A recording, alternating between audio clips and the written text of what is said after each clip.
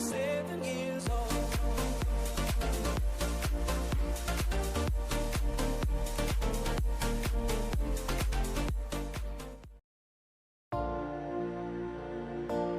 Segunda, 1º de março. Verso para memorizar. Mas ele foi traspassado por causa das nossas transgressões e esmagado por causa das nossas iniquidades. O castigo que nos traz a paz estava sobre ele, e pelas suas feridas fomos sarados. Isaías 53, 5. O poema do servo sofredor. A passagem de Isaías 52 e 53, conhecida como o poema do servo sofredor, confirma a reputação de Isaías como o profeta do Evangelho. Em harmonia com a excelência do Evangelho, o poema se eleva acima de outras literaturas. Embora seja surpreendentemente curto, cada frase tem um significado profundo que revela a essência da busca impensável de Deus para salvar a humanidade mergulhada e perdida no pecado. Esse não é o leite espiritual de Isaías, mas algo profundo.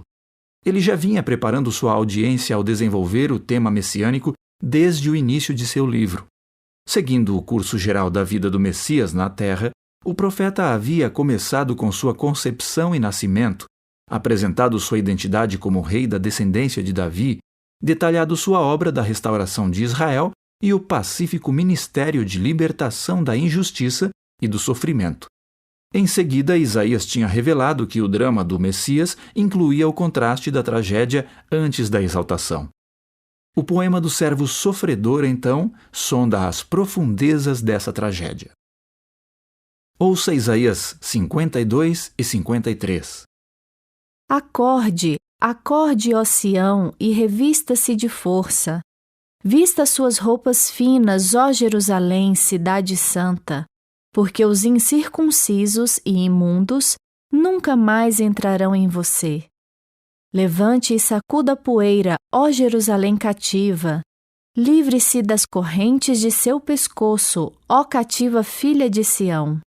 Porque assim diz o Senhor: por nada vocês foram vendidos, e sem dinheiro serão resgatados. Porque assim diz o Senhor Deus: o meu povo, no princípio, desceu ao Egito para nele habitar, e a Assíria sem razão o oprimiu. Agora, que farei eu aqui, diz o Senhor, pois o meu povo foi levado por nada? Os seus opressores dão uivos, diz o Senhor, e o meu nome é blasfemado todo o dia sem cessar. Por isso, o meu povo saberá o meu nome. Por isso, naquele dia, saberá que sou eu quem diz: eis-me aqui. Quão formosos são sobre os montes os pés do que anuncia boas novas, que faz ouvir a paz, que anuncia coisas boas, que faz ouvir a salvação, que diz a Sião: o seu Deus reina. Eis o grito dos seus atalaias. Eles erguem a voz e juntos gritam de alegria, porque com seus próprios olhos vem o retorno do Senhor a Sião. Gritem de alegria e juntas exultem, ó ruínas de Jerusalém, porque o Senhor consolou o seu povo, ele remiu Jerusalém. O Senhor desnudou o seu santo braço à vista de todas as nações, e todos os confins da terra verão a salvação do nosso Deus. Fora, fora, saiam de lá, não toquem em coisa impura. Saiam do meio dela, purifiquem-se, vocês que levam os utensílios do Senhor, porque vocês não sairão às pressas, nem partirão como quem foge. Porque o Senhor irá adiante de vocês, e o Deus de Israel será a sua retaguarda. Eis que o meu servo procederá com prudência, será exaltado e elevado e será muito sublime. Como muitos pasmaram à vista dele, pois o seu aspecto estava tão desfigurado, mais do que o de outro qualquer, e a sua aparência mais do que a dos outros filhos dos homens, assim causará admiração às nações, e os reis fecharão a sua boca por causa dele, porque verão aquilo que não lhes foi anunciado, e entenderão aquilo que não tinham ouvido.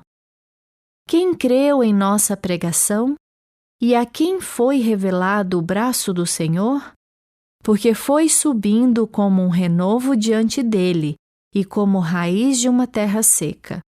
Não tinha boa aparência nem formosura. Olhamos para ele, mas não havia nenhuma beleza que nos agradasse. Era desprezado e o mais rejeitado entre os homens, homem de dores e que sabe o que é padecer. E como um de quem os homens escondem o rosto, era desprezado, e dele não fizemos caso. Certamente ele tomou sobre si as nossas enfermidades e as nossas dores levou sobre si. E nós o considerávamos como aflito, ferido de Deus e oprimido. Mas ele foi traspassado por causa das nossas transgressões e esmagado por causa das nossas iniquidades. O castigo que nos traz a paz estava sobre ele, e pelas suas feridas fomos sarados. Todos nós andávamos desgarrados como ovelhas, cada um se desviava pelo seu próprio caminho, mas o Senhor fez cair sobre ele a iniquidade de todos nós. Ele foi oprimido e humilhado, mas não abriu a boca. Como cordeiro foi levado ao matadouro, e como ovelha muda diante dos seus tosquiadores, ele não abriu a boca. Pela opressão e pelo juízo ele foi levado, e de sua linhagem, quem se preocupou com ela? Porque ele foi cortado da terra dos viventes, foi ferido por causa da transgressão do meu povo. Designaram-lhe a sepultura com os ímpios, mas com o rico esteve na sua morte, embora não tivesse feito injustiça e nenhum engano fosse encontrado em sua boca. Todavia, ao Senhor agradou esmagá-lo, fazendo-o sofrer. Quando ele der a sua alma como oferta pelo pecado, verá a sua posteridade e prolongará os seus dias, e a vontade do Senhor prosperará nas suas mãos. Ele verá o fruto do trabalho de sua alma e ficará satisfeito. O meu servo, o justo, com o seu conhecimento justificará a muitos, porque as iniquidades deles levará sobre si. Por isso, eu lhe darei a sua parte com os grandes, e com os poderosos ele repartirá o despojo, pois derramou a sua alma na morte e foi contado com os transgressores. Contudo, levou sobre si o pecado de muitos e pelos transgressores intercedeu. Pergunta 2. O que Isaías 52 e 53 revela sobre Jesus o Messias? Isaías 52 e 53 introduz o poema com uma prévia contendo um contraste impressionante. O servo prosperaria e seria exaltado, mas sua aparência seria desfigurada a ponto de não ser reconhecida. Quem creria? Isaías 53, 2 e 3 inicia um doloroso declínio da origem do servo e de sua aparência comum até seu sofrimento e rejeição. Isaías 53, 4 a 6 faz uma pausa para explicar que seu sofrimento era realmente o nosso castigo que ele suportaria a fim de nos curar. Isaías 53, 7 a 9 continua o declínio do inocente servo rumo ao túmulo. Em Isaías 53, 10 a 12, o servo ascende à exaltada recompensa prevista no início do poema, com a percepção adicional de que seu sacrifício para salvar os outros era da vontade de Deus.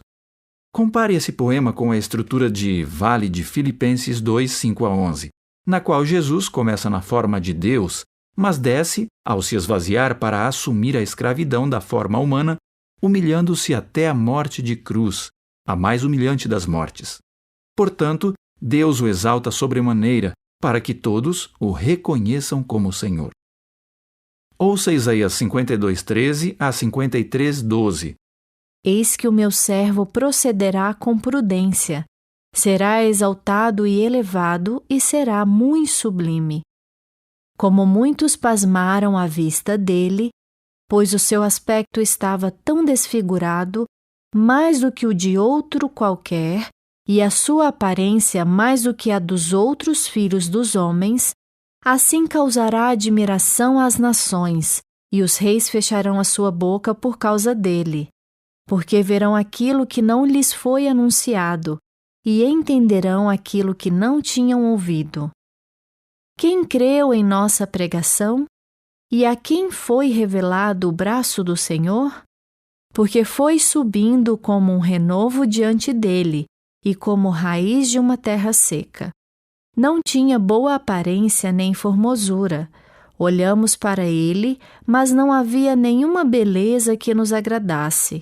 Era desprezado e o mais rejeitado entre os homens, homem de dores e que sabe o que é padecer. E como um de quem os homens escondem o rosto, era desprezado, e dele não fizemos caso.